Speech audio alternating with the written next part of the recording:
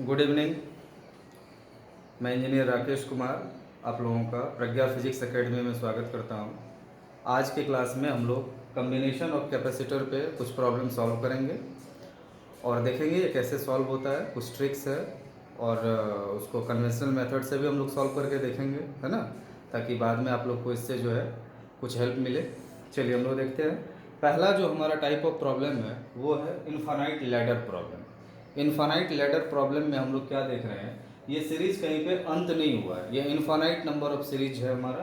कहने का मतलब है कि ये कैपेसिटर जो है कहीं भी कनेक्शन इसका एंड नहीं हुआ, ये चलता जा रहा है, इसके आगे भी है ना। तो ये चलता जा रहा है। तो इस तरह के का यदि सीरीज दिया हुआ है हमको इनफाइनाइट लैडर का, तो हम लोग जो है कैसे सॉल्व करेंगे, ठीक है। तो इस तरह का प्रॉब्लम सॉल्व करने के लिए सबसे पहला हमारा एम होना चाहिए, है ना, कि हम लोग एक यूनिट सेल खोजें। यूनिट सेल इकाई, क्योंकि जिस तरह का जो भी प्रॉब्लम आएगा देखिएगा कि एक यूनिट सेल है, उसी के बगल में फिर यूनिट सेल, फिर बगल में यूनिट सेल, फिर बगल में यूनिट सेल, इस तरह से जोड़ता चला जाता है और उसको इनफाइनाइट सीरीज बना देता है। ये वैल्यू कभी भी चेंज नहीं करेगा। ये यदि दूसरे तरह का भी प्रॉब्लम रहता है इनफाइनाइट लैडर का, तो जो सीक्वेंस है कैपेसिटर लगाने का वो चेंज नहीं होता है, वो कंटिन्यूअस चलता रहता है। तो जैसे यहाँ पे हम लोग देखें यूनिट सेल के पर्पज से इतना दूर यदि हम अलग कर लें, जैसे ये 1 माइक्रोफैराड, ये 2 माइक्रोफैराड, इस दो कैपेसिटर को यदि हम लोग अलग कर लें तो देखो इसके बाद भी क्या लगा हुआ है, 1 माइक्रोफैराड 2 माइक्रोफैराड। फिर यदि हम इसको अलग कर लें तो इधर भी देखो क्या लगा हुआ, 1 microfarad 2 microfarad.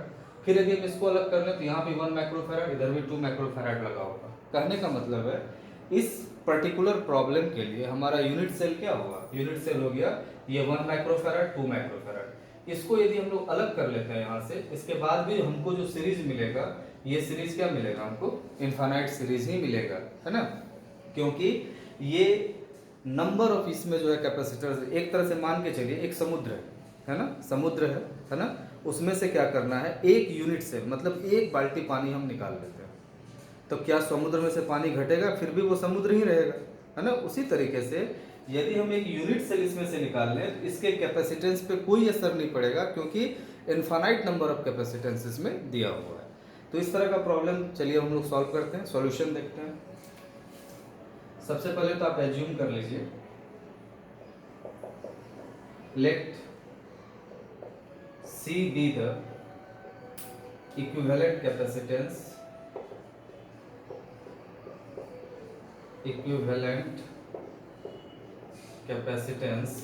of the entire series। Total series जो है इसमें दिया हुआ है, सबका हम लोग इक्विवेलेंट कैपेसिटेंस कितना मान लिए, C, ठीक है। अब जो है हम लोग क्या करते हैं, एक यूनिट सेल को अलग करके एक फिर से हम लोग इस डायग्राम को रीड्रॉ करते हैं, है ना। तो यहाँ पे देखिए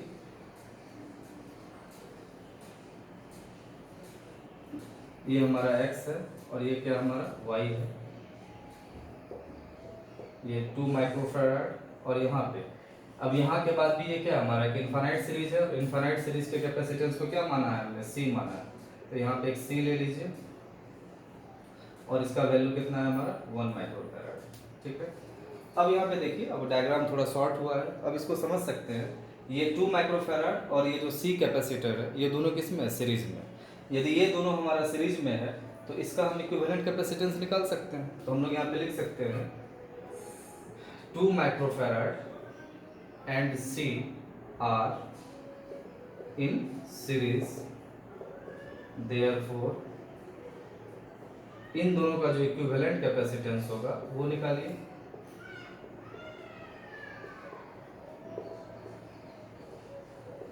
तो आप लोग को बताया गया है कि जब दो कैपेसिटर है, दोनों कैपेसिटर यदि सीरीज में है और उन दोनों का इक्विवेलेंट कैपेसिटेंस निकालना है, तो सिंपली हम लोग क्या करते हैं, दोनों ही कैपेसिटर को मल्टीप्लाई करके और दोनों को हम लोग फिर से ऐड कर देते हैं। जैसे 2 है और C है, तो हम लोग इसको लिख सकते हैं 2 into C divided by 2 plus C, है ना, C1 C2 divided by C1 plus C2। ये हमारा सीरीज कम्बिनेशन का इक्विवेलेंट कैपेसिटेंस निकालने का फॉर्मूला है। अब यहाँ पे देखिए ये दोनों का हम लोग इक्विवेलेंट कैपेसिटेंस निकाल लिए। अब इसको फिर से हम रीड्रॉ कर सकते हैं, तो फिर से हम जो इसको रीड्रॉ करेंगे, देखिए ये हमारा 1 माइक्रोफैराड है, ये हमारा क्या है, y दिया हुआ है, और ये जो है इसका वैल्यू कितना आया देखिए तो 2c divided by 2 plus c। इस तरह का जो भी प्रॉब्लम आए कम्बिनेशन ऑफ कैपेसिटर का, या हम लोग करंट इलेक्ट्रिसिटी में पढ़ेंगे कम्बिनेशन ऑफ रेसिस्टर्स का, जितना ज़्यादा नंबर आप जो है डायग्राम को रीड्रॉ कीजिएगा उतना ही अच्छा रहेगा, ठीक है। तो अब यहाँ पे हम लोग देखते हैं, अब ये 2c divided by 2 plus c और ये 1 माइक्रोफैराड दोनों किस में हमारा पैरेलल में है। तो यदि पैरेलल में है तो पैरेलल में हम लोग क्या करते हैं, सिंपली ऐड कर देते हैं। चलिए यहाँ पे लिखते हैं हम लोग सी एक्स वाई लिखने का मतलब है x और y के बीच में हम लोग इक्विवेलेंट कैपेसिटेंस निकाल रहे हैं। तो चलिए जगह के अभाव में हम लोग यहाँ पे लिख रहे हैं सी एक्स वाई इक्वल टू क्या लिख सकते हैं 1 प्लस 2c डिवाइडेड बाई क्या हो जाएगा 2 प्लस c। अब ये जो सी एक्स वाई है, सी एक्स वाई ये हमारा क्या है, पूरा इनफाइनाइट सीरीज का हमको कैपेसिटेंस निकालना था x और y के रिस्पेक्ट में। तो x और y के रिस्पेक्ट में हम लोग कैपेसिटेंस कितना माने हुए हैं c। तो ये सी एक्स वाई का वैल्यू आप क्या पुट कीजिएगा c equal to 1 plus 2c divided by 2 plus c। चलिए इसका कैलकुलेशन करते हैं हम लोग, c equal to 2 plus c, यहाँ पे मल्टीप्लाई होगा 2 से 2 ये प्लस c से क्या हो जाएगा c, प्लस यहाँ पे 2c है होल डिवाइडेड बाय क्या हो जाएगा 2 प्लस c। अब इस 2 प्लस c से हम इसमें मल्टीप्लाई कर देते हैं, क्रॉस मल्टीप्लाई, तो ये हो जाएगा 2c plus c into C square equal to यहाँ पे हो जाएगा 2 प्लस 3c, ठीक है।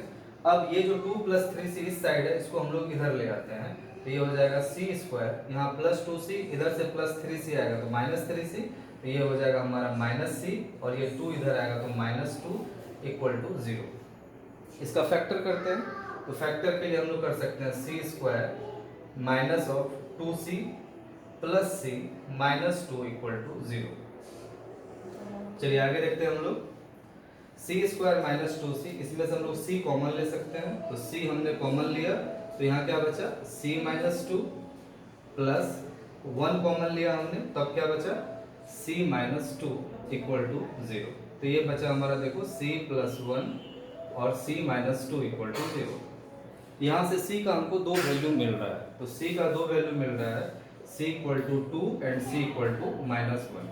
तो c का वैल्यू मतलब कैपेसिटेंस का वैल्यू निगेटिव नहीं हो सकता है, तो हम लोग यहाँ पे लिख सकते हैं c can not be equal to minus 1, therefore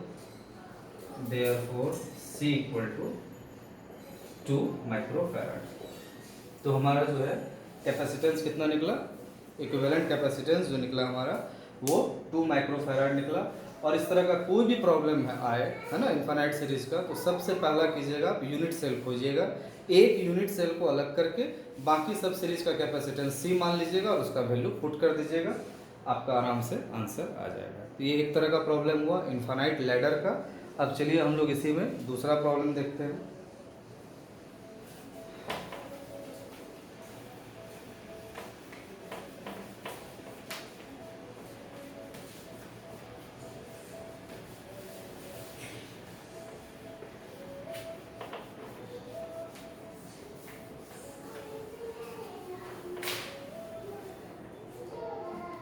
चलिए दूसरे टाइप का प्रॉब्लम देखिए,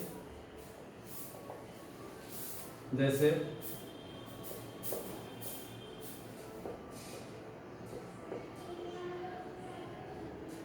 ये तीनों कैपेसिटर A और इसको हम लोग मान लेते हैं B, ठीक है। देख के लग रहा है तीनों हमारा किसमें सीरीज में है और फिलहाल ये सीरीज में है भी, लेकिन इतना आसान प्रॉब्लम ये नहीं पूछा जाएगा आपसे। अब देखिए इसको ट्विस्ट कैसे करता है, समझिए।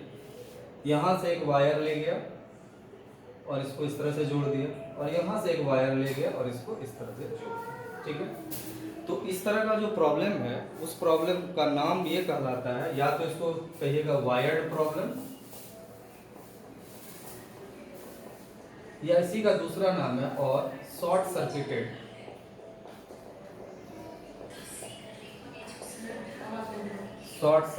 प्रॉब्लम। ये दो तरह का इसका नाम है। एक हमारा वायर्ड प्रॉब्लम इसलिए कहा जाता है कि दो पॉइंट को हमने क्या किया है, वायर से जोड़ दिया है। इस भी दो पॉइंट को हम लोग क्या किए, वायर से जोड़ दिए हैं। और हर एक कैपेसिटर का जो कैपेसिटेंस है वो दिया हुआ है हमारा C। हर एक कैपेसिटर का जो है कैपेसिटेंस हमको कितना दिया हुआ है सी दिया हुआ है, ठीक है। तो अब हमको इसका इक्विवेलेंट कैपेसिटेंस निकालना है। तो इक्विवेलेंट कैपेसिटेंस जो होता है, अब इसका देखिए हम लोग कैसे निकालते हैं। शॉर्ट सर्किटेड या वायर्ड प्रॉब्लम में वायर से जो जोड़ते हैं, इसका मीनिंग क्या होता है पहले वो समझिए। इसका मीनिंग ये होता है कि इस पॉइंट का और इस पॉइंट का पोटेंशियल क्या होगा, सेम। इस पॉइंट का और इस पॉइंट का पोटेंशियल क्या होगा, सेम। क्यों? क्योंकि यहाँ पे देखिए ये हम लोग एक वायर से जोड़े हुए हैं, कंडक्टर वायर है। तो वायर से जब जोड़े हुए हैं तो बीच में कोई कैपेसिटर नहीं है, ना ही कुछ लगा हुआ है, तो पोटेंशियल ड्रॉप होगा नहीं। तो जो पोटेंशियल इस पॉइंट का होगा वही पोटेंशियल इस पॉइंट का होगा, और जो पोटेंशियल इस पॉइंट का होगा वही पोटेंशियल हमारा इस पॉइंट का होगा।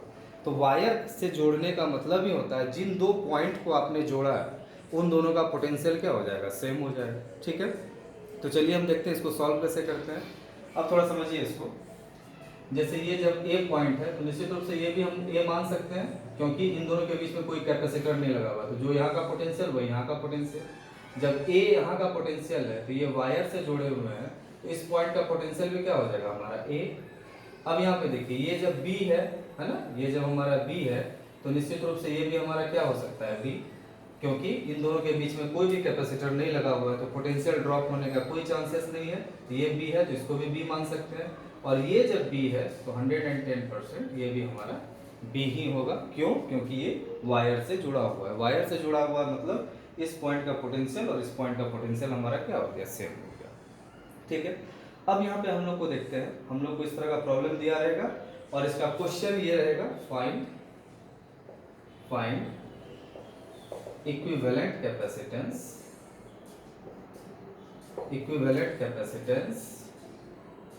बिटवीन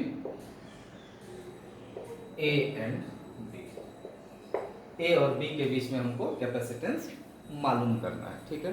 तो ए और बी के बीच में यदि कैपेसिटेंस मालूम करना है तो अब यहाँ पे देखिए ए से बी तक जाने का आप रास्ता खोजिए।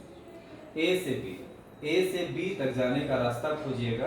तो आप ये देखिए कि पहले कितना रास्ता मिलता है। तो यहाँ समझिए थोड़ा सा, ए से हमको बी जाना है, एक रास्ता तो ये मिल गया। फिर ए से हमको बी पे आना है, एक रास्ता हमको ये मिला। ए से बी पे जाना है, एक रास्ता हमको ये मिला। तो ए से बी तक जाने का जो है हमको 3 रास्ता मिल रहा है और तीनों ही रास्ते में एक एक कैपेसिटर है। 3 रास्ता और तीनों ही रास्ते पे एक एक कैपेसिटर है। तो वो तीनों कैपेसिटर क्या होगा, सीरीज में होगा या पैरेलल में होगा। इस चीज़ को समझने के लिए थोड़ा सा यहाँ पे देखिए, हम थोड़ा सा फंडामेंटल जगह पे चलते हैं। ये जो है एक कैपेसिटर ये हुआ और एक कैपेसिटर हमारा ये हुआ, ठीक है। इन दो पॉइंट के बीच में ए और बी, इन दो पॉइंट के बीच में हमको निकालना है इक्विवेलेंट कैपेसिटेंस। तो ए और बी के बीच में, तो सबसे पहले हम लोग ये देखते हैं कि ए से बी तक जाने का हमारे पास में कितना रास्ता है। तो ए से बी तक जाने का एक रास्ता तो ये भी है, ये ऐसे पहुंच सकते हैं, और दूसरा रास्ता हमारा ये है, मतलब 2 रास्ता है हमारे पास। यदि 2 रास्ता है तो 2 पैरेलल पाथ है हमारे पास में, 2 रास्ता है। अब उस दोनों रास्ते में जो जो कैपेसिटर आएगा वो सब किस में होगा, पैरेलल में होगा। तो एक कैपेसिटर ये आ रहा है, एक कैपेसिटर ये आ रहा है, तो ये दोनों ही कैपेसिटर क्या होगा हमारा, पैरेलल में होगा। अब यदि इसी रास्ते में एक और कैपेसिटर यदि हम बना दें, एक कैपेसिटर और बना दें, तो हमारा ये दोनों क्या होगा, सीरीज में। एक रास्ता में जितना कैपेसिटर आएगा वो सब सीरीज में होगा। एक रास्ता में जितना भी कैपेसिटर आएगा वो सीरीज में होगा। और जैसे इस रास्ते में हमारा 2 कैपेसिटर आया तो दोनों क्या होगा, सीरीज में होगा। और फिर इस एक रास्ते में एक कैपेसिटर आया तो ये कैपेसिटर इन दोनों के क्या होगा, पैरेलल में होगा। तो अब जरा सा यहाँ पे देखिए, वही सेम कंसेप्ट यहाँ पे लगाना है। ए से बी जाने में हमको 3 रास्ता मिल रहा है, एक रास्ता ये, ए से बी एक रास्ता ये, ए से बी जाने में एक रास्ता ये मिल रहा है। तो 3 रास्ता और तीनों ही रास्ते में एक एक कैपेसिटर है। तो तीनों ही रास्ते में यदि एक एक कैपेसिटर है तो उस फंडामेंटल रूल से हम ये बता सकते हैं कि ये तीनों कैपेसिटर किस में है, पैरेलल में। तो चलिए इसको रीड्रॉ कर लीजिए। तो रीड्रॉ यदि हम इसको करेंगे तो जैसे मान लिया जाए हमारा ये ए है, ए पॉइंट है, तो एक कैपेसिटर इस तरह का बनाइए, एक कैपेसिटर ऐसा बनाइए और एक कैपेसिटर इस तरह का बना दीजिए। तो ये तीनों ही कैपेसिटर हमारा क्या हो गया, पैरेलल में हो गया। क्यों? क्योंकि ये अलग अलग रास्ते में था और अलग अलग रास्ते में जो भी कैपेसिटर रहता है उसको हम लोग पैरेलल में लेते हैं। तो सी, सी एंड सी, तो ए और बी पॉइंट के बीच में, तो ए और बी पॉइंट के बीच में हमारा 3 कैपेसिटर है, तीनों हमारा पैरेलल में है। तो तीनों यदि पैरेलल में है तो हम लोग सिंपली इसको क्या करेंगे, ऐड कर देंगे। तो हम लोग लिख सकते हैं यहाँ पे इक्विवेलेंट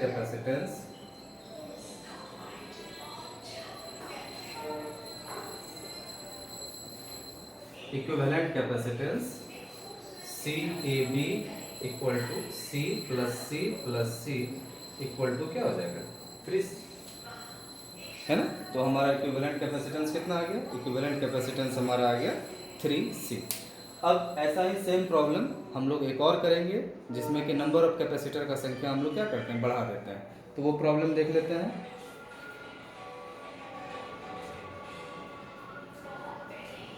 चलिए, वो भी हमारा वायर्ड प्रॉब्लम और शॉर्ट सर्किटेड ही प्रॉब्लम होगा, उसको भी देख लीजिए आप लोग।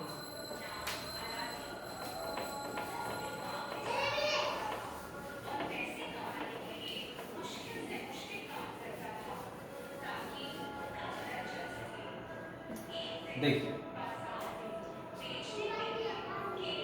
अब हम लोग क्या करते हैं कि नंबर ऑफ कैपेसिटर बढ़ा देते हैं। जैसे यहाँ पे 1 2 3 4 और यहाँ कर दिए 5। नंबर ऑफ कैपेसिटर हम लोग 5 कर दिए। इस पॉइंट को हम लोग मान लेते हैं A और इस पॉइंट को हम लोग मान लेते हैं B, ठीक है। अब हम लोग को जो है देखना है कि अब इसमें क्या करते हैं, यहाँ से यहाँ तक एक वायर से जोड़ देते हैं और यहाँ से यहाँ तक एक वायर से जोड़ देते हैं, ठीक है। इस तरह से हम लोग ऐड कर दिए और सबका कैपेसिटेंस जो है वो C है, C है, C है, C है और C। सबका कैपेसिटेंस हमारा कितना है, C दिया हुआ है। तो आपसे ये पूछा जा रहा है कि इक्विवेलेंट कैपेसिटेंस का वैल्यू कितना होगा। तो वायर्ड प्रॉब्लम में आप लोग सब जानते हैं अच्छी तरीके से कि वायरिंग का मतलब होता है जो यहाँ का पोटेंशियल होगा वही यहाँ का पोटेंशियल होगा, जो यहाँ का पोटेंशियल होगा वो यहाँ का पोटेंशियल होगा। अब यहाँ पे देखिए, जैसे ये पॉइंट A है तो ठीक है, A से जैसे हम आगे बढ़े हमको एक कैपेसिटर मिल गया। कैपेसिटर यदि मिल गया तो कुछ ना कुछ पोटेंशियल ड्रॉप होगा। तो कहने का मतलब इस पॉइंट को हम A कभी नहीं ले सकते। क्यों? क्योंकि A और इस पॉइंट के बीच में एक कैपेसिटर, एक एपरेटस लगा हुआ है और ये एपरेटस क्या करेगा, पोटेंशियल ड्रॉप करेगा। तो इस पॉइंट को हमको कोई दूसरा पॉइंट एज्यूम करना पड़ेगा। तो हम लोग इसको एज्यूम कर लेते हैं, मान लिया जाए हमको एज्यूम कर लेते हैं M। क्या एज्यूम कर लिए, M पॉइंट। यदि ये M है तो निश्चित रूप से ये भी हमारा क्या होगा, M ही होगा। चूंकि हम लोग जब इसको वायर से जोड़े हुए हैं तो निश्चित रूप से इस पॉइंट का पोटेंशियल और इस पॉइंट का पोटेंशियल क्या होगा, सेम होगा।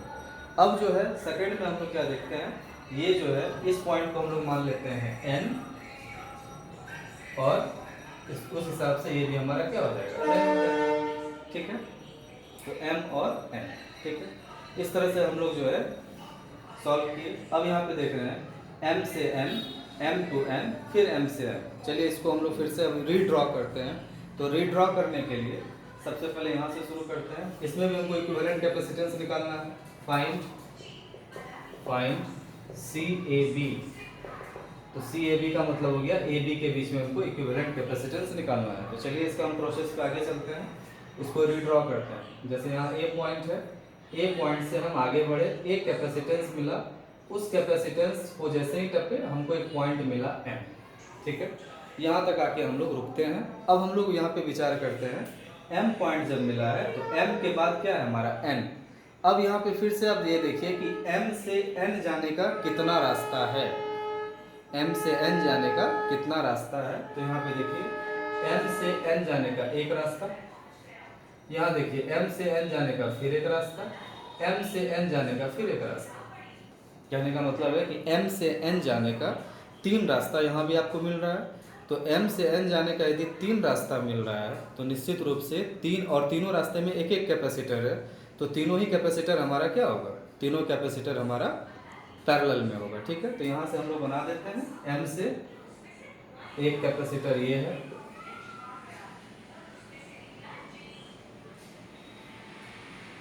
एक कैपेसिटर ये बनाइए और एक कैपेसिटर हम लोग इस तरह से बनाएंगे, ठीक है। तो ये हमारा जो है ये C ये सी और ये सी, सब सी है। तो इस तरह से हम लोग m से लेके कहाँ पे पहुंच गए, अभी n पे पहुंचे हैं, लेकिन हमको अभी एक और पॉइंट है, n के बाद क्या है, एक और कैपेसिटर है c बनाए, तो हम लोग कहाँ पे पहुंच गए, b पे पहुंच गए। अब डायग्राम देखिए, कुछ न कुछ थोड़ा सा क्लियर हो रहा है आपको। क्लियर ये हो रहा है कि ये कैपेसिटर है, उसके बाद ये तीनों कैपेसिटर जो है, ये तीनों ही कैपेसिटर क्या है, हमारा पैरेलल है। और कैपेसिटर जब पैरेलल रहता है तो हम लोग सिंपली इसको ऐड कर देते हैं, तो ऐड कीजिए।